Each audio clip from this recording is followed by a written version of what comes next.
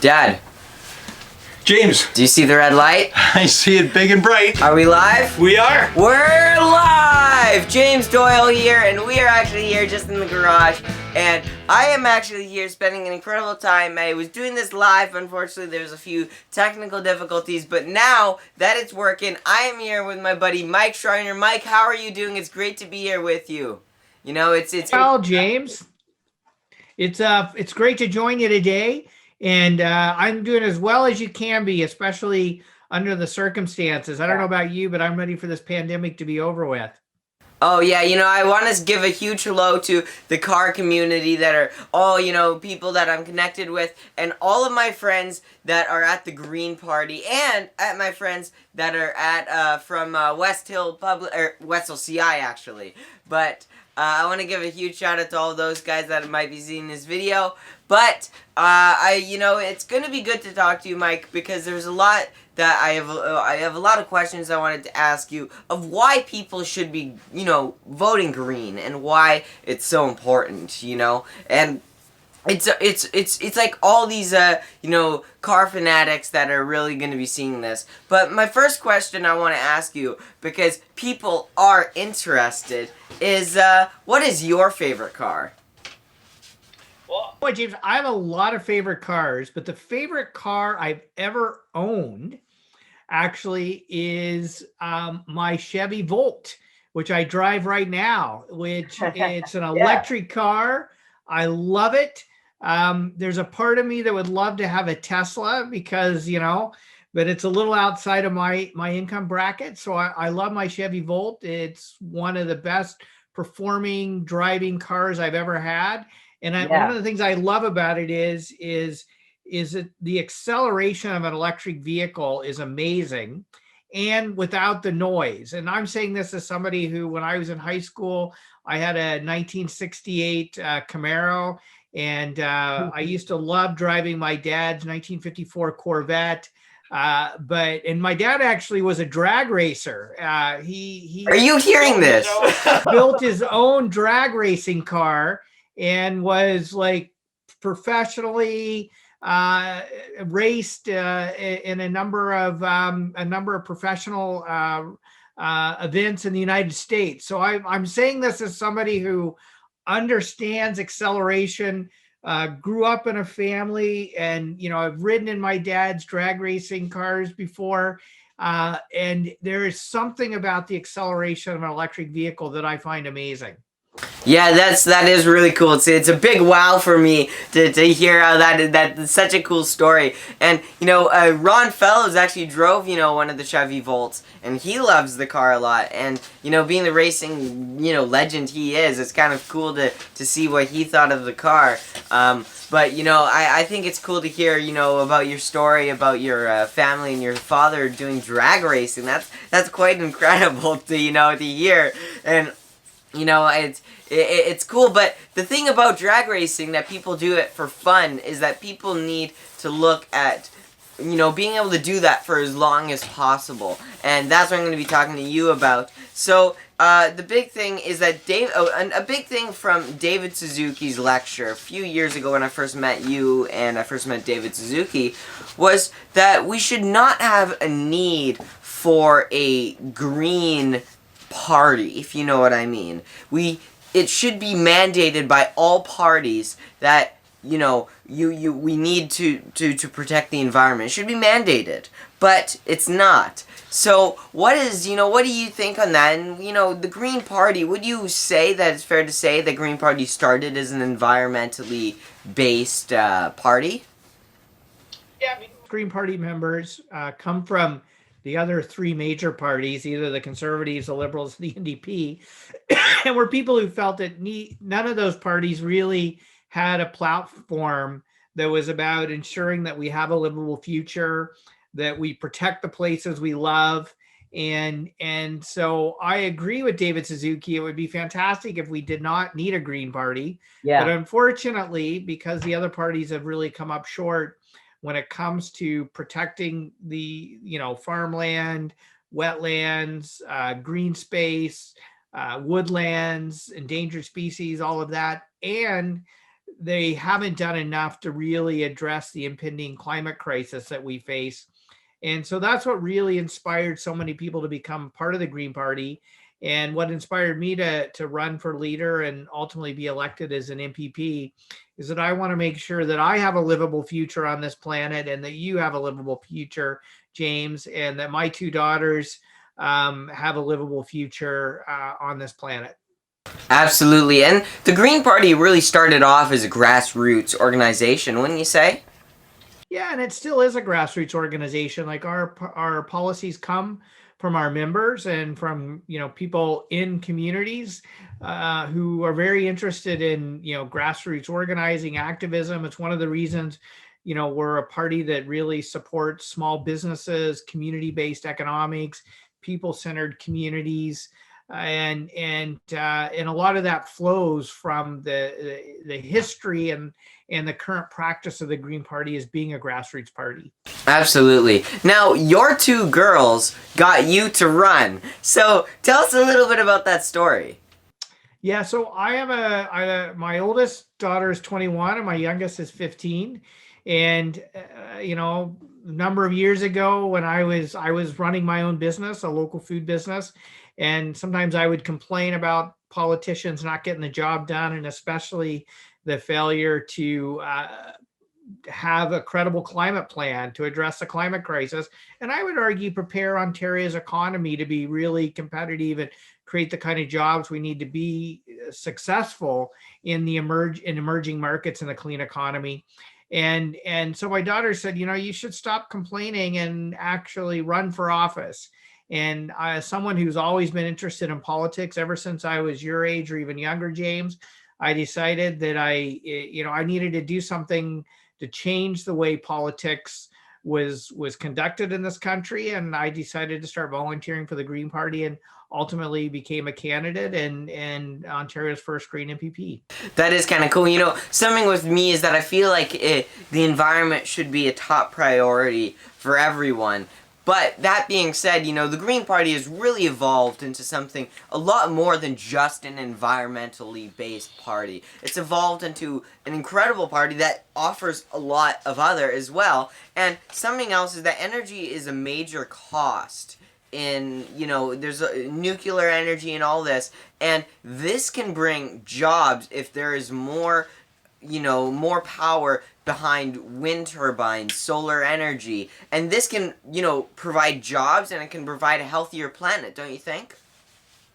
And yeah, the Green Party, like we have strong policies on everything from healthcare to education to supporting small businesses to supporting our economy, social services, etc.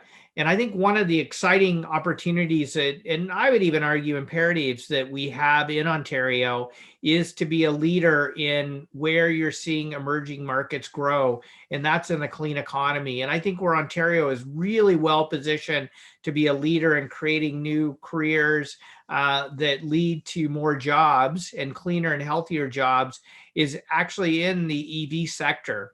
The minerals that we need to mine, the minerals and metals that are needed, particularly for battery production, we have in Northern Ontario. We have the mining expertise. We have the skilled labor force to mine those minerals and metals.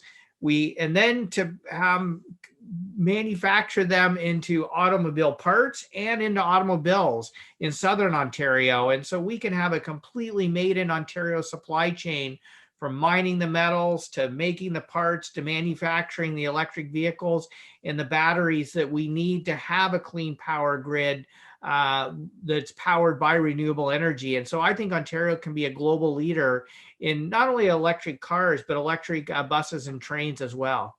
Exactly, and something else that I think is that I am building a hybrid sports car for myself, and it's a lot of fun, and I want to make sure that I can have a car, because something else, just so you guys know, electric vehicles, other than protecting the environment, they are extremely fast. They have good performance, and they're very good cars. But I have to say this, is that a lot of my friends that are piston engine heads are afraid of losing their cars, when realistically, that's not what the Green Party is looking to do. Green Party is is just trying to protect the environment in such a way to where you can continue to use your car for an extended length of time. And if we focused on long-haul transportation, buses, dump trucks that, go 5 miles an hour down a road that don't need a big diesel engine, that kind of stuff, then that is, what, the Green Party and,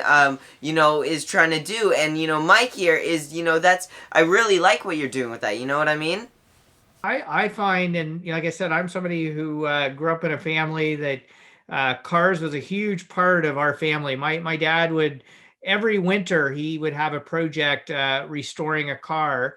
And so, everything from Corvettes to Camaros to drag racing cars to, the list goes on and on.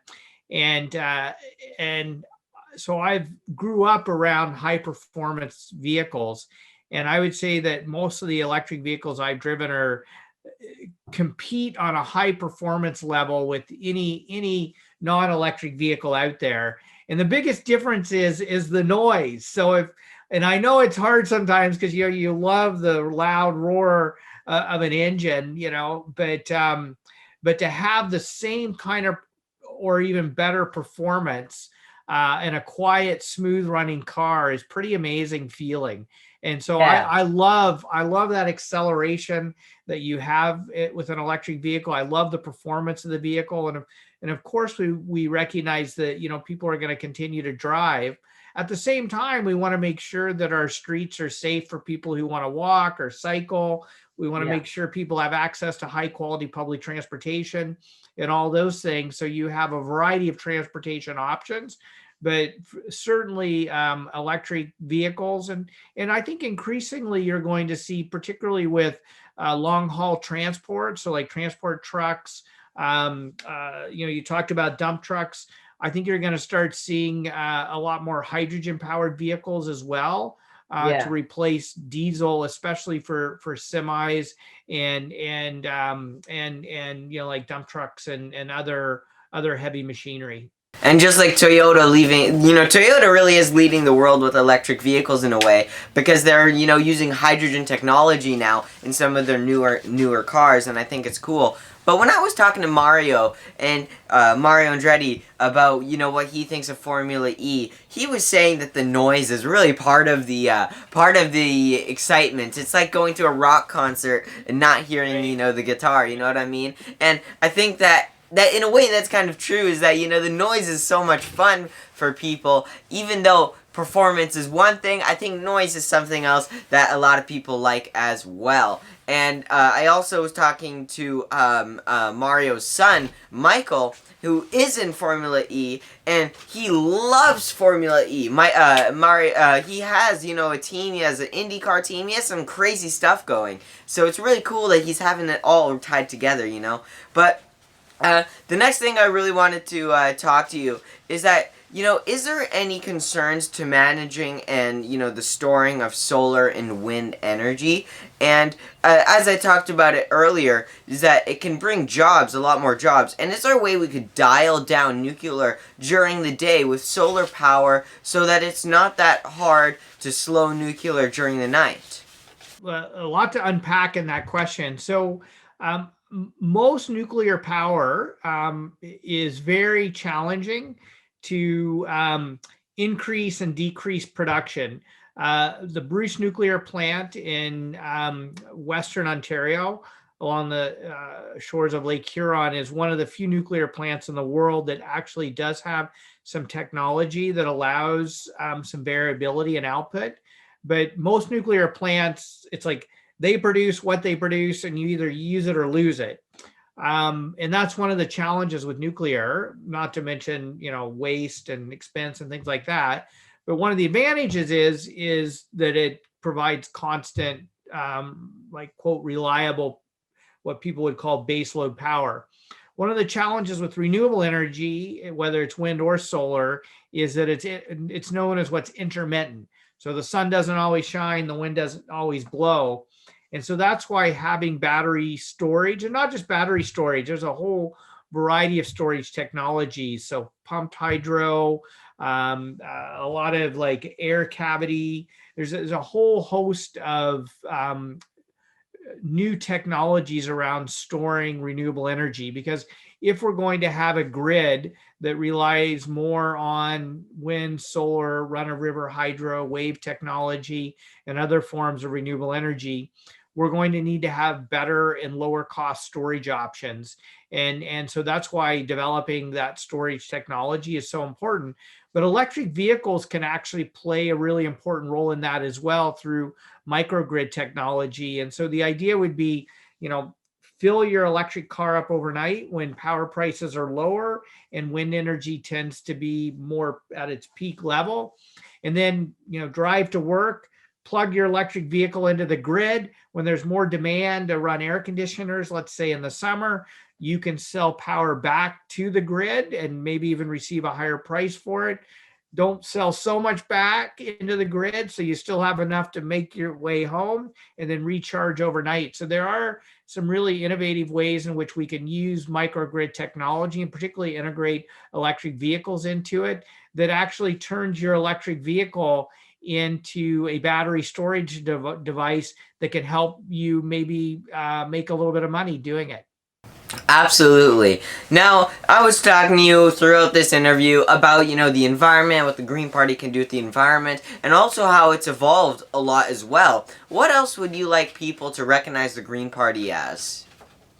Yeah, I think one of the things that really separates the Green Party is approaching politics in a different way. Of course, there's always going to be disagreement in politics. Of course, there's always going to be some partisanship in politics, wanting to support your party over another party.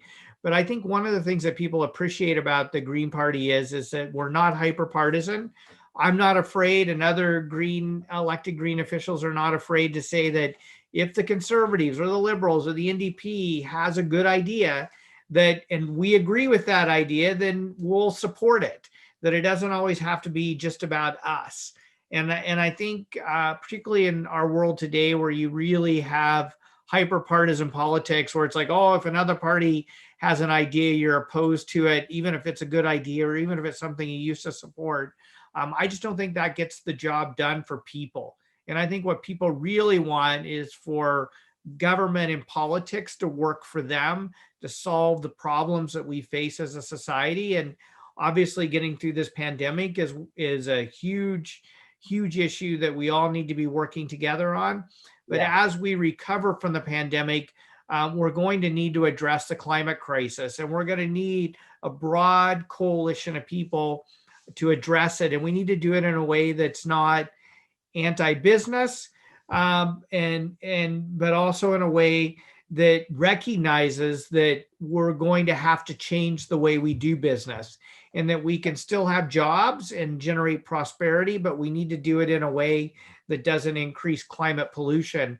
And that's why so many of the solutions the Green Party talks about are not only vital to addressing the climate crisis and air quality, but are also vital to creating the jobs and prosperity we need to put food on the table, pay the bills, and the things that people need in their day-to-day lives. And I finally want to just close on that with one of the things I'm really advocating for is what I've been calling the green and caring economy. So investing in the things we need to do to address the environmental and climate crisis that we face, but also investing more in the caring professions. I think the pandemic in particular has shown that we need to invest more in caring for our elders in long-term care, investing in caring for our children through childcare and better education, ensuring that we make the necessary investments in our healthcare system, particularly in public health, so we can avoid illness and promote health in the first place. And those caring profession jobs are low carbon jobs, so they don't contribute to the climate crisis, but they're also more importantly, or just as importantly, jobs that really improve people's well-being, our quality of life, and help to build the kind of, I think, caring, inclusive communities that most of us want to live in. Absolutely. Now, to all of my friends that are, West Hill CI, I believe they could really achieve, whatever they're looking to achieve. What would you like to say to my generation that are the next generation of voters? Yeah, I want to say that, one of the things that I've been incredibly inspired by is how many young people are active in the climate movement, whether it's the Fridays for Future. I just was meeting with a class in Ajax that's opposing a government proposal to pave over the Duffins Creek wetlands. And these students are really involved in speaking out on that. I was meeting with another class recently that's really concerned about a new highway project that would pave over 2,000 acres of farmland and 400 acres of the Greenbelt. And I've just been so impressed by the passion and commitment of young people to protect the places we love and to have an aggressive strategy to address the climate crisis in a way that ensures that you have a livable future. And I find a lot of the inspiration for the work I do at Queen's Park comes from the great work that so many young people are doing. I want to thank you so much, Mike, for the time you've given me here. We can do the virtual handshake, but I thank you so much for it. What you've done, what you've talked to me about here, and I'm really excited to move forward with the Green Party. But of course, we will have to see you guys soon, and I hope you guys have enjoyed, and see you guys later. Bye! Take care, James. Bye now.